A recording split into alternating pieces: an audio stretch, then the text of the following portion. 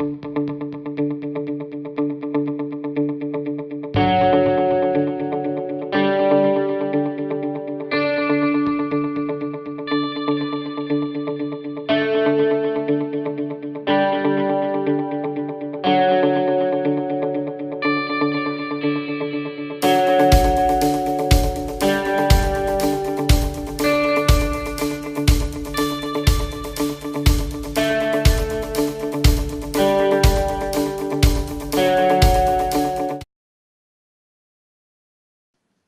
namaste, and welcome to Breakout with me, Abha. Thank you so much for watching. As we said, we are committed to bring to you people who are change makers, game changers, and who have been there and done that. And guess what? They have agreed to demystify the rules game for us and show us how we can break out of something that we do not like or we find limiting and break into something that we find necessary for us.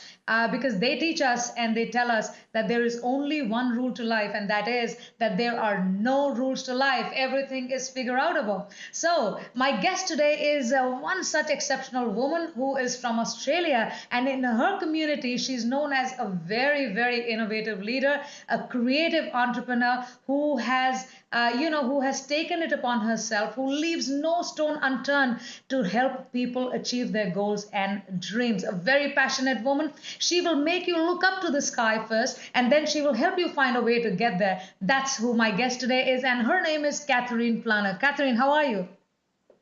I'm great. What an introduction. I feel honored. Thank you so Oh, much.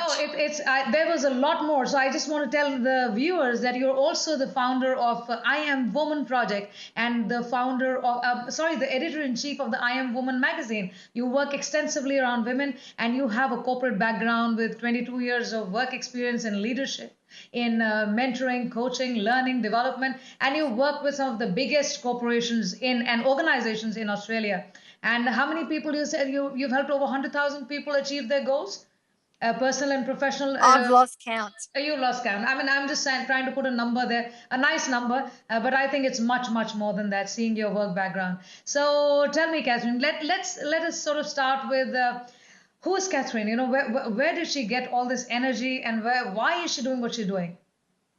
I think I was born this way. I really do think that this is my purpose in life. And, even I remember my mother telling me when I was a little girl, I was always going out of my way to help people, to the point where, if I felt like somebody was troubled, I would drop everything I would be, doing, even if I was playing with my favorite toys. And I would go off and help that person. And I've always felt that in everything that I've done. And I think it took me a while to learn and discover exactly what I wanted to do. I mean, I think we all get lost sometimes, and we try to figure out, who am I and what am I meant to be doing. Right. But I know that for me, helping people is what really drives me. It just moves me. I jump out of bed and I can't wait when I know I'm running a class or I'm coaching someone. I just get a big buzz. But also, I learn from it and I grow from it as much as I look at it as an exchange. Absolutely. I believe you, because I think it's very important to be able to get to that point of who you are as a person. And it takes a while you get there. You discover on the way that this is what you're meant to do.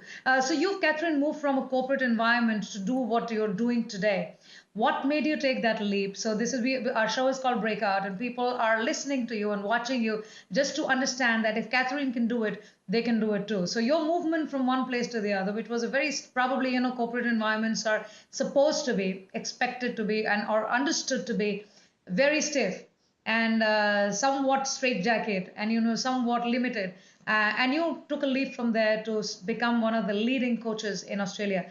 How did that happen? I think for me, at the time, it's probably about a good 10 years ago when I was contemplating it, and then when I actually made that leap. And I think it was really because I was into brain science. I love the brain and neurolinguistics. And I think it was looked upon as woo woo back then, when we go back to that time, it was very woo woo, and people didn't really want to talk about it. And they found, that it was manipulating, and people, it's just that people didn't understand it.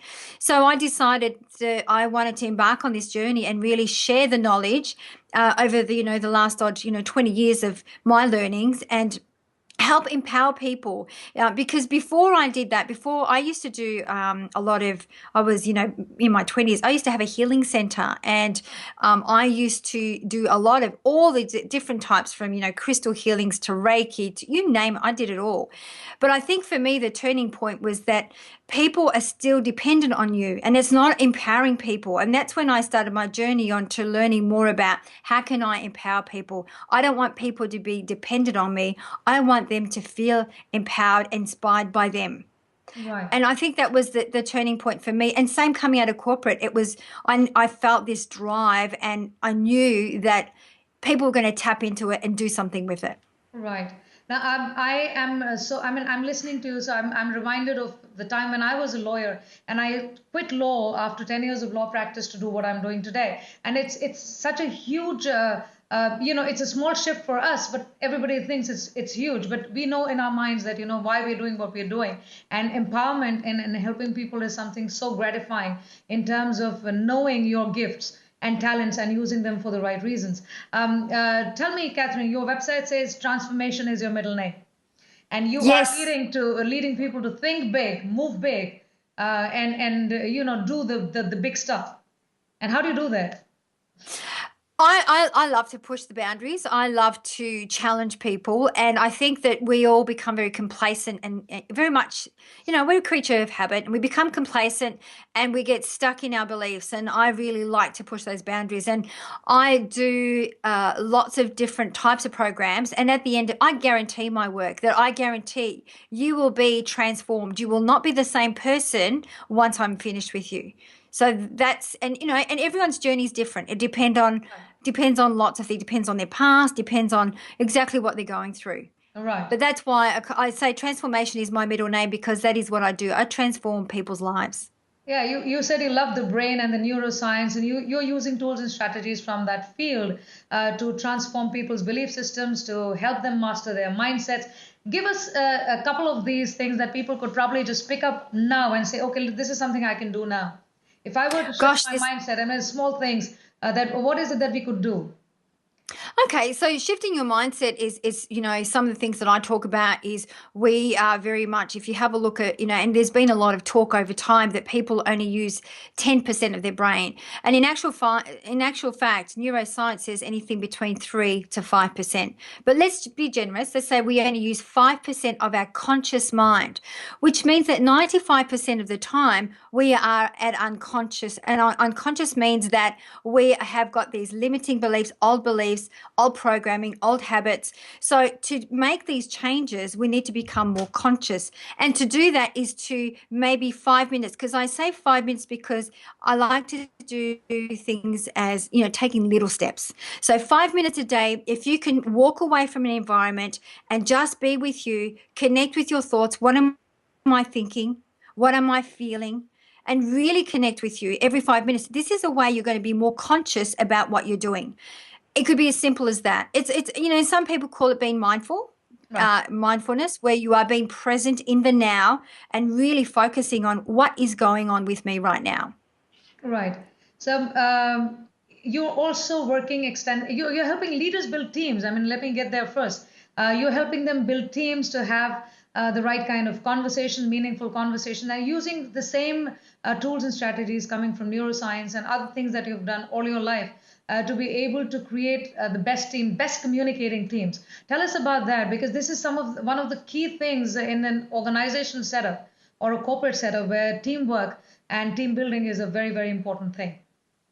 That's right. So I find that, being in a corporation and this is across, it doesn't matter what kind of vertical you're working in, but with corporations, what happens is there's still a lot of command and control. So people still tell you what to do and tell you how to go about it. And when you have a look, when you actually see the brain, when it's actually connected to an EEG machine, most people react. And it's because no one likes to be told what to do. And true leadership is about leading. So it's about probing with the right questions to allow people to think for themselves, which is more empowering. And if people feel empowered by their leaders because their leader would say, what would you do if you were in my shoes? Or how would you go about it? Instead of the leader saying, you do this, you do that, Right. it transforms the relationship between the leader, and the leader becomes quite inspirational rather than being commanding. Right, right. So you're also working with women now, and I would love to know about the I Am Woman project and your magazine I Am Woman. Um, uh, Give us a peep into the magazine. What exactly are you covering? Where did it all start? Because I'm working around women too. I'd love to know more about what you're doing, so we could do something together. Absolutely. So with the project, how it started, it was working in a corporation, doing a lot of executive coaching, and I was working with a lot of women. And what I was finding is most of the women had the same stories, different types, different environments, different women, the same story. Right, So I myself could relate to a lot of these stories, being a single mum for a long time, being a woman in a man's world. I could really relate to the conversations. So I started the I Am Woman project, where we connected. We had weekend workshops. We'd have events or lunches where we can actually connect and talk. And I think by collaborating too and help inspire and empower each other, but have that platform where we could open up and talk about some of the challenges we're facing. So it was kind of almost like a mastermind group, if you right, like, where we'd help each other with our problems. And, in actual fact, nothing has changed over the last 50 years. I know there's all this, in Australia, we have EOWA, which is Equal Opportunity for Women's Association. And, the corporates, they sign up to it, but they do nothing with it. And we're still in the same position or predicament than we were 30, 50 years ago. right, And there's not enough women like us helping other women leaders right, and empower them, because the two types of women that I found in corporates was, one, a mother riddled with guilt because she was torn between the house and climbing the corporate ladder, right, or the woman climbing the corporate world or the corporate ladder, and because it's a man's world, being completely protected and blocked, so that they wouldn't, to fit into that kind of environment, but just didn't know how to connect their emotions and how to have a relationship. right. So there was two significant type of women, and they were lost, very Right, lost. right, right. And I think this is happening all over the world. You're talking in Australia. I come from India, but I live in all different parts of Asia, and I travel all over the world. I think the same stories, and you rightly say that in the last 50 years, things have changed so much. We are way more educated, we are way more modern, we are way more, doing lots of stuff and a lot of exposure. However, the way a woman is perceived has still remained the same. And somewhere down the line, it blocks women from becoming who they can be, which is where I think all of us are working towards that place where we can probably help women or help ourselves also to go and express ourselves in a better way. And in this world which is called the man's world, but I think it should be a human world for all of us. So I agree. yeah, I so agree. And I see the pattern that's really interesting for me is I see that with opportunities, when opportunities present, a man will jump into it and think about how to do it later. Whereas a woman will go, I don't know if I've got the right qualifications. I don't know if I'm right, smart enough. There's all this doubt before they go, I'll do it. yeah. So there's completely different behavior as well. Right, right. I agree. I agree. So, tell me, you are also, you've got some very interesting e-courses called Rise and Thrive on your website. I saw them. Rise and Thrive e-courses, and I saw something very interesting there about the teenage coaching. Okay, so Yes. there's like individual coaching, there's business coaching, there's women's coaching, there's teenage coaching. I want to understand teenage coaching because what do you do with that?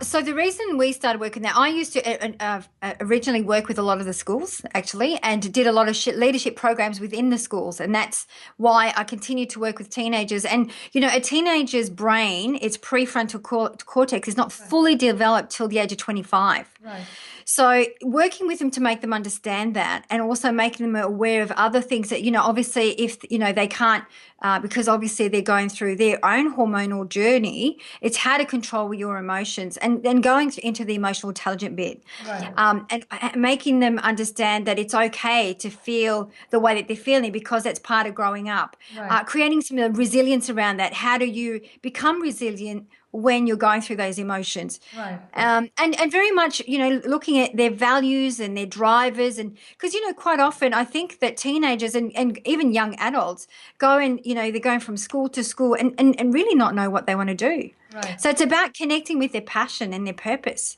to identify this is exactly the path I'm going to take, and Right, actually start planning for it. right, right. I agree because I think that age group, a lot of people I find whenever, even in our coaching sessions or seminars, people who come in at the age of 40, they are people who have probably lost it at the age of 20. That's why they come to a point where they have to still re-establish in their heads as to where they need to go, who they are as people. So the right time to start is probably earlier. And I wish we had this in schools. I'm working very hard on that and seeing if we can get this into schools and at a time when the brain is in a stage where it can learn more rather than getting fixed and then staying in that mode and then at 40 suddenly realizing, this is not working, this is not me. Yeah, So I yeah. think that's a loss of 20 years. So we shouldn't be doing that. I saw a very interesting course on your website called the Total Transformation Webinar Series. I Yes. loved that. I saw that and I said, okay, this is great. Catherine, you must tell us about it. So basically, my 12-week program is how I Rise and Thrive is the 12-week program, and it's a methodology that I use even in my coaching, so that it's pretty much a 12-step that I go through, and so I've created the webinars because some people maybe not don't have the time to be coached. Right. Some people don't have the funds as well, and I don't think that it's fair that they miss out on this wonderful knowledge. So that's why I've created the webinars for those people that might have half an hour free, and the beauty of it is once they sign up to it, if they even don't make it on that day, they'll be able to download it and watch it anytime. Right. But I think to me, it's about, I'm very much about empowering people and empowering the planet. Right. And to do that, I think, I have to become more flexible about moving online. There's only one of me. And I have been doing a lot of travel over the last, I don't know, 5, 10 years or something. And I think that, as we get older, I think it's more about let's get, a bit more savvy with technology and don't be afraid of it. Because I know that, to be honest, my very first webinar, I was so nervous. Put me in front of 300 people, easy. One computer, I just didn't know what to do with it. Right. Yeah, I know. We've all gone through that one. So I think, Yeah. but we are in that generation where we've had to transition from being, all manual to all mechanic. So it's fun. But I think a lot of us has picked up what was beneficial over there. So good place we are in at the moment. Tell me about your personal challenges, Catherine. You've moved around a whole lot. You've done so much. I'm sure there are things that you have faced, and when you look back, you see it's something that you've either learned from or you feel, okay, this is something that could have been different. Oh, geez, I never stop learning. That's one of those things. I never, ever stop learning. It's one of those things that I've become and have created this habit is what can I learn out of today? And so I go into my day that way. So I'm constantly looking at what can I learn today. I think that when we look at a challenge, what is a challenge for me? A Right. challenge for me is to say no more. I can't say no. I'm a yes woman. And as much as I don't feel comfortable saying no, and I try, I write about it and I practice it. But that's one of the challenges that keeps following me, especially in the last couple of years, because I keep saying to myself, this year I want to make it simple. I want to simplify my life. And then it gets busy again. Uh-huh. And so I don't know how to not get so busy, Right. but it's about putting a plan in place and Right. learn to take that time out, which I have been getting really good at it. Like this year I'm getting better at it. But it's Right. taken me almost 3 years. This is my third year. Okay. So it's taken me a while to get to where I need to be. Right. So you said what you can learn from today is what is your new habit and what you've been cultivating for years now. So what are you learning so far about yourself? Because I think a lot of people, I think, hesitate in embracing themselves fully. Which is what my experience is with all the coaching and speaking and seminars that I do. A lot of people have difficulty in first of all understanding themselves or to identify what's going on with them. Number one, and number two, number three. Even if they find something either good or bad about them, I mean that's a relative definition. But they find it very difficult to embrace all of them. So, what is your learning as far as this is concerned about yourself? How you obviously embrace yourself completely in your coaching, how difficult is it for people to accept themselves as they are and then move from that place to the next leap? I think that for me, I think people need to feel uncomfortable, and it's not being not be where you are because if I always tell that you need to feel uncomfortable to be able to move forward. Yeah. If you don't feel uncomfortable or don't feel challenged or don't feel resistance, then you're going to stay in the same place. Right. And I'm constantly asking for feedback. Even with my partner, I say, I would like feedback as often as possible. So, what am I doing well? What are my opportunities? And what can I do differently? Because our behavior is unconscious. So, Right. if we're not conscious of our unconscious behavior, how are we going to change? Right. And we can only really grasp the unconscious behavior from feedback. Right. So people that even I work with, and even my family, I ask for feedback all the time because it's the only way I'm going to get to understand what I need to change. But in my experience, Catherine, people are so organic. Minds are so volatile. People don't take feedback constructively. A lot of people are not open to the idea of feedback, so it's almost challenging for them. So how do you tackle that part? Do you actually find it So challenging, or do you challenge them to a point where they ask themselves? So for example, if I feel that somebody's uncomfortable with feedback, I reverse it around and I'll ask them questions like, how do you think you're going? So Right. give me, if you had to describe one word that describes you, whether it's personal brand or behavior, just to see, and I really probe so they come up with it themselves. So I Right. can do it the reverse. Right. If I feel that people are not open to feedback, I get them to talk about themselves, which Right. gives me a bit of insight as to what do they know about themselves, and then we can drive into sort of lead them into that Right. unconscious stuff. Right, right. So, with all the work that you've done, any places which you regret and think, okay, this is what did not go so well? Because people, when they make mistakes, they stay stuck in the same place. They do not get out of it. There is guilt, there's fear, there's stuff that they carry in their heads. So, what about yourself? You have you gone back to see any places where you regret now that this is something that you should not have done? I mean, probably at the start, I remember when I left the corporate world earning a lot of money, going to zero, I did have regrets. And I went through a really tough time because, obviously starting a business and, some people said to me, why don't you start a business, wait till you build that up and then left? And it's like, well, that's like doing two jobs. What kind of lifestyle would that have left, me? And I did at that time regret, but I'm so glad that, and I went through anxiety. I went through a really tough time thinking, what am I doing? Why have I done? Why have I quit my job? But I think that there was something inside of me said, I gave myself a time frame, at least 12 months, and then revisit it then. And if it doesn't work in 12 months, you know what? That the worst thing could happen is you could get a job again. Right. So I think that I turned it around. I don't look in life at I mean, to me, I encourage failure. To me, there's no such thing as failure. It's feedback. I Right. encourage mistakes because that's what we learn from them. I don't have any regrets at all. So I wonderful. did And experience I it. think if people are listening to you, they would see that, mistakes happen, things happen, and then we move on, and then life goes on. So I don't think we need to ever stay stuck in the same place. Nothing called failure. It's all feedback and it's all learning. So if we can find a way to just move past that part and go through it, learn to thrive through that, I think life is going to be very, very easy.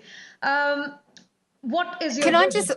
Yeah, please. I was going to say, I always, and I think for me, one thing that really sticks with me is Thomas Edison, who invented the light. Right, He found 10,000 ways of not to do it. So right, he made 10,000 mistakes before he got it right. right, So I always think about that. right, And then so same with Colonel KFC, same thing. He failed 900 times or whatever it right, was right. until he got the right one. So I just think you just got to keep going. If you follow your heart and you're Right. in your path and you're on purpose, then you just keep going and it will happen for you. Right, right. I think the polarity, the contradiction lies here. The paradox is that a lot of people do not clearly know where they have to go, and therefore every mistake becomes bigger than what it really is. And I haven't seen people paralyzed by mistakes, paralyzed by fear.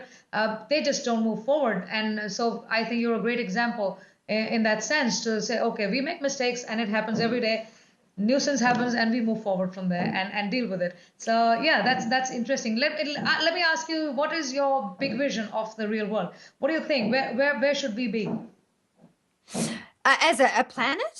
as a planet? You just mentioned you want to make the planet a better place. So what does it? Absolutely.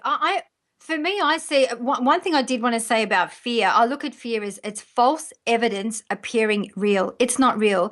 It's a figment of your imagination. Right, If you haven't physically experienced it, then it's not real. right, So this is the power of our mind. We can create a mountain out of a molehill.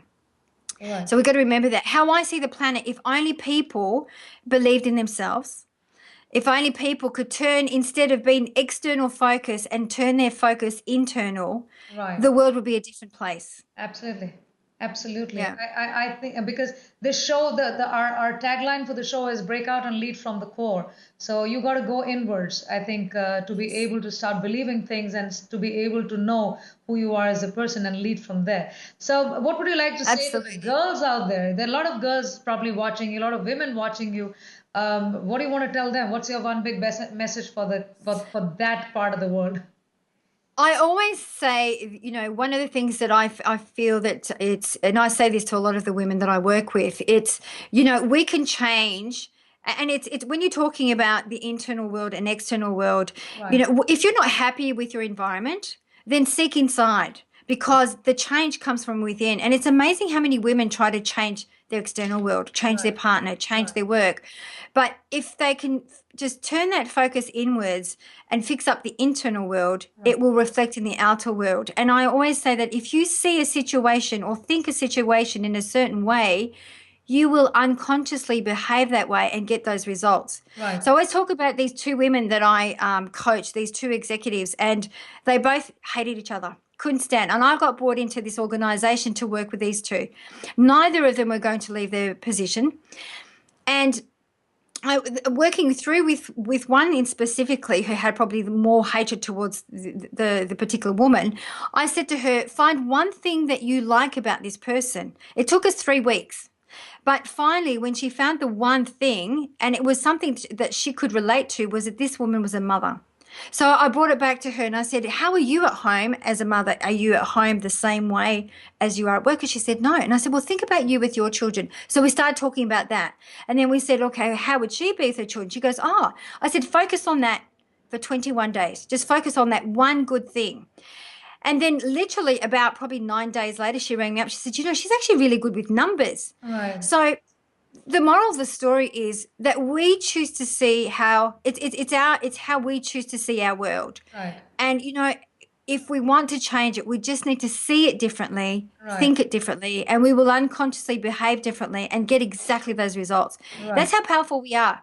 Right, that's true. And I was actually, when I'm listening to, I was reading an article just in the morning today about why women are supposed to behave scared, because that conditioning is there. They're all the time supposed to be somewhat in the back, taking a back foot when something happens. So this is the kind of thing when women sort of do not break out of that space, it's very difficult to then go out and do things which, in terms of either leading themselves in a different way or living differently. And it boils down again, brings you back to the same place. That's yourself. And Mm. within yourself. So very interesting. So, okay, Catherine, great talking with you. In one line, if I was to create a Catherine Plano tagline, who is she? We're going to put that up on the scroll. Great question. I always say transformation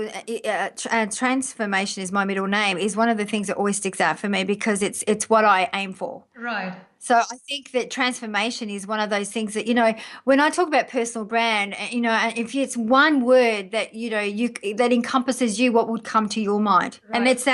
it's like one word. And for me, it's transformation. So Right. transformational queen, transformational mindset coach, but transformational. That's I think, one thing that really stands out for me. And I think that people should strive for that always. I think I'm going to pick on that one. Transformation is your middle name is very powerful, and we're going to scroll that down here when we air this interview. I love that part about you. So thank you so much, Catherine. It was lovely talking to you. I wish you all the best for your I Am Woman project and the Thank magazine. I you. believe you're writing some great stuff over there. Everybody should look for you on Catherine Plano at. Let us know your So website. yeah, so there's katherineplano.com. Yeah. or there's Right, IamWomanProject.com. right. So look for Catherine on catherineplano.com and iamwomanproject.com. So thank you so much, Catherine. Lovely speaking with you. I think viewers would have really figured that there is a way to break out, and when one person can do it, and how they do it, we just need to understand that. So it's not going to be that difficult. So I look forward to speak to you one more time later sometime when we talk about your projects and your I Am Woman project. But very grateful for your time today. Thank you. Thank you. It's been an honor. Thank you so much for inviting me on your show. Oh, it's Thank you. wonderful. Wonderful having you there. Thank you very much. Bye bye. Thank you. Bye.